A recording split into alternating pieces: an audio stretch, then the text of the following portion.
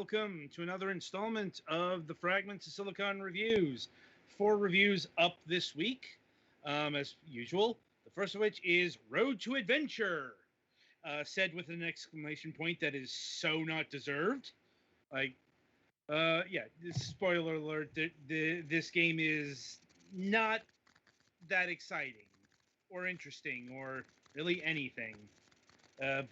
First, Road to Adventure helped Tommy destroy the evil corporation. That's literally what it's called. Save the environment, the forest, and his friends. A beautiful, funny, and challenging game awaits. I have so many problems with that description. For one, there might be some felony involved in this. Some false advertising, I'd say. Yeah, perhaps.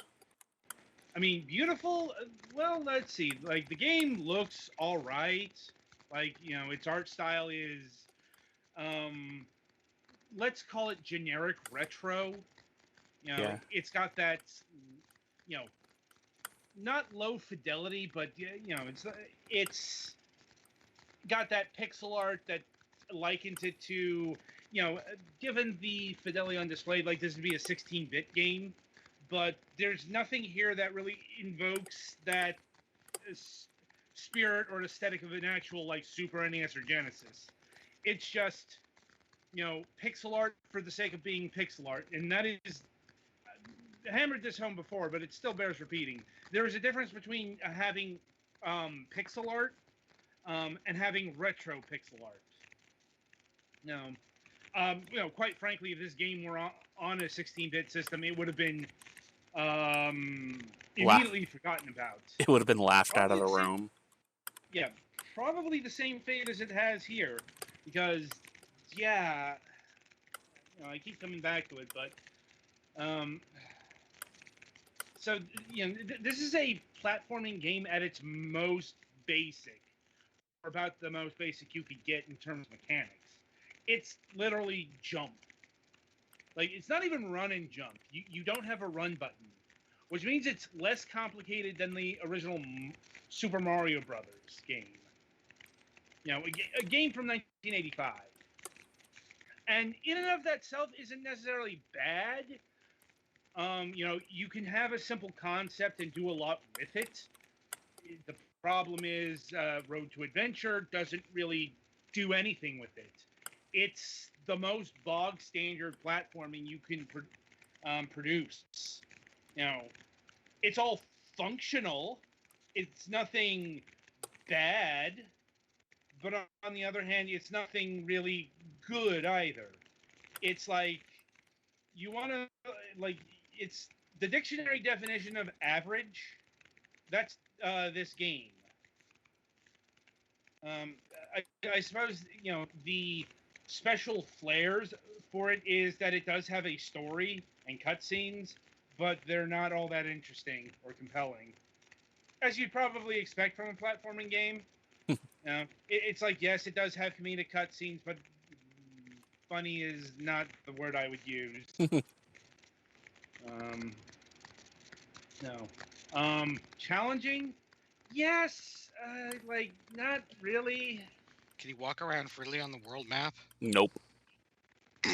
It looked like you were almost.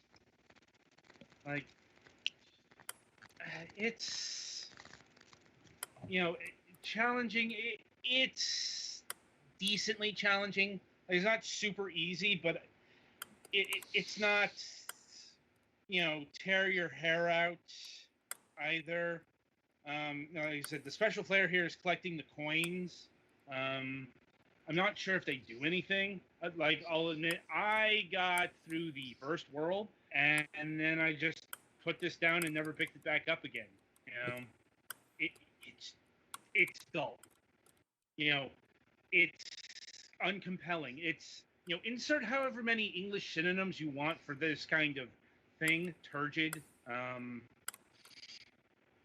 It just doesn't get any more interesting. And in terms of biomes, it's your platformer special: grassland, ice world, desert world. I think the most interesting thing here is the next world is autumn. oh boy, I don't mean to rag on the game, but Okay, the lag when you get hit, it can go fuck right off. yeah, okay, that's probably the biggest problem with this game, and because it's right here in the Steam profile, partial controller support. Like it's got it technically, but it's not great. So, yeah, and the music is likewise uncompelling. Uh, the whole thing is so dead center that if I didn't know, like, I wouldn't be surprised if Radalaikia picks up the console ports. Uh, this is the kind of thing that we usually see from them. I think the only big differential is the actual levels are fairly long. Like Radalaikia, the games that they typically steer towards, they're also fairly short in terms of their like actual levels. These are decently sized, and yeah, um, that's about it.